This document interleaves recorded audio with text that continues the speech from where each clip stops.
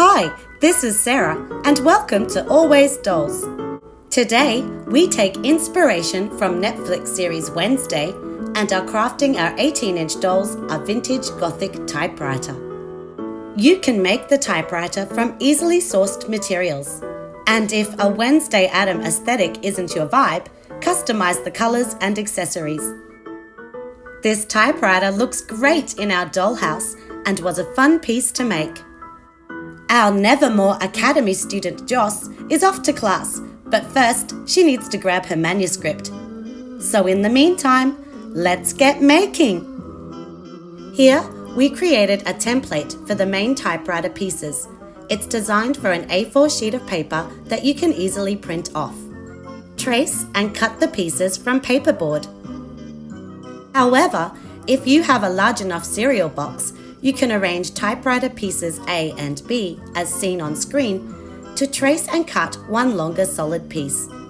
This will make assembly easier and give you a neater finished item. Glue your whole body piece onto more paperboard and cut it out again so the frame will be stronger.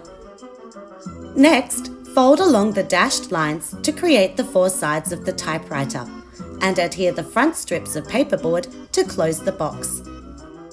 Now paint the frame. Since ours is Wednesday Addams inspired, we have gone with matte black. But you can make yours pink, silver, or any custom color. For the next step, I watched this video by Slick Slime Sam, but sized everything down to suit our 18-inch doll scale.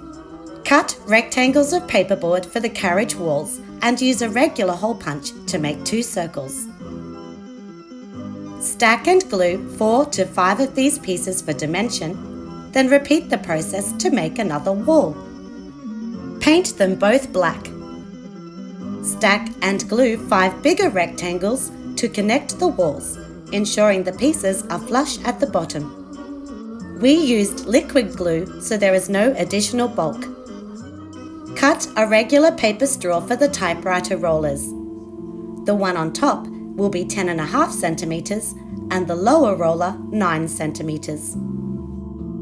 Feed the short straw through the bottom holes. It needs to be the same length as your carriage compartment. Then insert the longer straw through the top holes, checking there is an even overhang on either side of the walls. Here, we painted a sheet of computer paper black on both sides to get a strip that will form the fun paper feeder element. Glue the top edge of your strip to the top straw. Then roll the paper firmly around the straw. Now feed the bottom edge of your strip between the straws so it pokes out the opposite side. Affix this end to the lower straw. Once your adhesive is completely dry, prepare the mechanism by rolling the paper around the straw a few times. Take a doll-sized sheet of computer paper and insert it between the straws with your text face down. Use your fingers to turn the bottom straw so the paper disappears inside the mechanism. Position a guide bar over the top straw. Ours is 2 layers of paperboard thick, and we made sure to put adhesive only on the left and right ends where it will connect to the carriage walls. Repeat to put a guide bar on the back side too. Now you can twist the top straw to reveal your paper and its typed text. We finished the knobs on the side using specialty corrugated cardstock. Pop the roller element into the typewriter body. Then add 2 supports from stacked layers of paperboard, checking the placement since you need enough space for the carriage element to slide in and out smoothly. Create the bridge piece from more paperboard, attaching it in front of the supports to the inside wall of the typewriter. Next, we cut a strip of aluminium foil and folded it accordion style to mimic the metal arms of the type bars. Open it like a fan, then carefully glue the aluminium to an extra strip of paperboard. Now glue this strip over the bridge.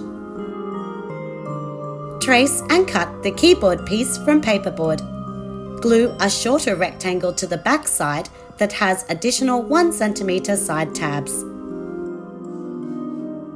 Place the paperboard good side down and fold back along the dashed line. Then cut away the fancy opening centre top.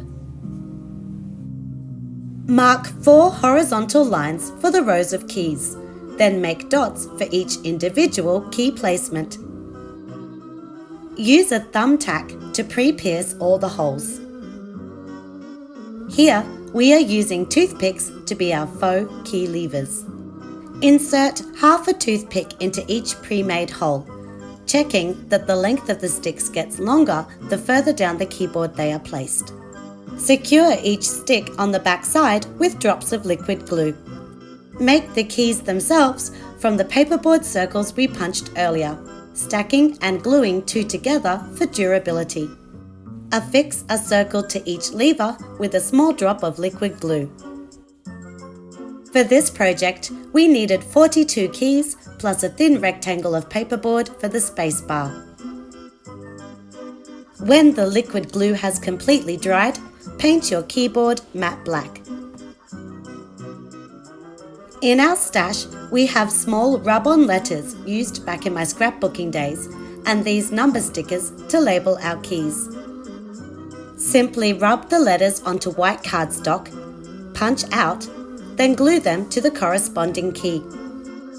Fun fact, Wednesday Addams has a German-designed keyboard where the Y and Z keys are swapped. And vintage keyboards do not have the number 1 key, so typists would use the lowercase l instead. Now glue the keyboard into the frame and over the bridge piece. And cover the messy area of toothpick ends with a base piece. The basic typewriter is complete, so now we can make the accessories.